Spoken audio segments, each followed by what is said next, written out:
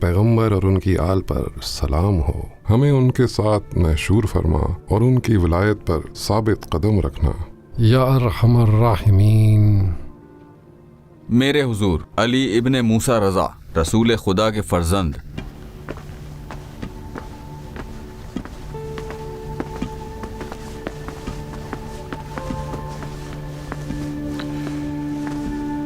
درود و سلام اور خدا کی رحمت ہو آپ پر، سلام ہو میرے بھائی اور میرے آقا پر، درود ہو رسول خدا کے فرزند پر، درود ہو اس پر جس نے خراسان کو اپنے قدم مبارک سے منور کیا۔ سلام ہو ہارون کے بیٹے پر، خدا کی قسم ہم اہل بیت کے لیے جوار رسول خدا دوسرے تمام مقامات سے افضل ہے۔ مجھے اس بات پر فخر ہے کہ آپ جیسا دانا، مومن، پرہیزگار اور سخی خاندان بنی ہاشم میں ہے۔ دوست و دشمن سبھی آپ کے گرویدہ ہیں۔ اگر میں ان خوبیوں کا حامل ہوں تو یہ نعمتیں خدا نے میرے وجود میں رکھی ہیں، جس طرح میرے آبا و اجداد علیہم السلام کو عطا کی۔ جو بھی خدا کے سامنے اپنی پیشانی کو خم کرتا ہے، خدا اسے مقام عطا کرتا ہے۔ انشاءاللہ سفر اچھا رہا ہوگا۔ میں نے اپنے لوگوں سے کہہ رکھا تھا کہ آپ کو کسی قسم کی زحمت نہ دیں۔ الحمدللہ خدا کی رضا پر راضی ہوں۔ جیسا کہ آپ دیکھ رہے ہیں، حکومت بنی امیہ کا شعار اور ان کا لباس زمین تا آسمان تبدیل ہو چکا ہے۔ سبز رنگ کو سیاہ سے تبدیل کر دیا گیا ہے جو اہل بیت کا رنگ ہے۔ اے ہارون کے بیٹے، اہل بیت کا کوئی خاص لباس نہیں ہے۔ میرے جد رسول خدا سفید لباس پہنا کرتے تھے۔ خدا کے نزدیک لباس لوگوں میں فضیلت کا سبب نہیں ہوتا۔ بسم اللہ الرحمن الرحیم، بہترین لباس لباس تقوی ہے۔ میرا مقصد اپنے آبا و اجداد کی رسموں، لباس اور پرچم کے رنگ کو تبدیل کرنا تھا، اور اس طرح آپ اور آپ کے علم و فضل سے نزدیک ہو سکوں۔ خدا سے نزدیک ہونے کا بہترین وسیلہ اپنے رشتہ داروں کو اذیت نہ پہنچانا ہے۔ انہیں آپ کے سپرد کرتا ہوں۔ بہت افسوس ہے کہ وہ علوی ہاشمی قتل ہو گیا۔ محمد ابن زید، اپنے بھائی زید کے بارے میں جانتے ہیں کہ اس نے کیا کیا؟ وہ بھی آپ کے اختیار میں ہے۔ خدا سب کی ہدایت کرے۔ جیسا کہ میں سوچ رہا تھا، علی ابن موسیٰ اس سے کہیں زیادہ چالاک ہیں۔ جو بھی بہانہ کیا، انہوں نے خلافت کو قبول نہیں کیا۔ اگر قبول کر لیا ہوتا تو آج سارے خراسانی دل و جان کے ساتھ ہمارے ساتھ ہوتے۔ 2 مہینے ہو گئے ہیں وہ اپنی بات پر اٹل ہیں، اس لیے مجھے اپنے منصوبے پر عمل کرنے میں صبر سے کام لینا ہوگا۔ امان اس دن سے جب لوگ اس بات سے بے خبر ہو جائیں کہ فرزند موسیٰ نے خلافت کو قبول نہیں کیا۔ افسوس لوگ ضرور اس بات سے باخبر ہوں گے۔ یہ بات دوبارہ علویوں کی بغاوت اور پھر خراسانیوں کے انقلاب کا سبب بن سکتی ہے۔ خراسان میری آنکھوں کا کانٹا بنا ہوا ہے، کیا کروں؟ مجبور ہوں خلافت کے بجائے ولی عہدی کی پیشکش کروں، اور کسی بھی طریقے سے، چاہے دھمکی کے ذریعے ہی کیوں نہ ہو، انہیں قبول کرنے پر مجبور کروں۔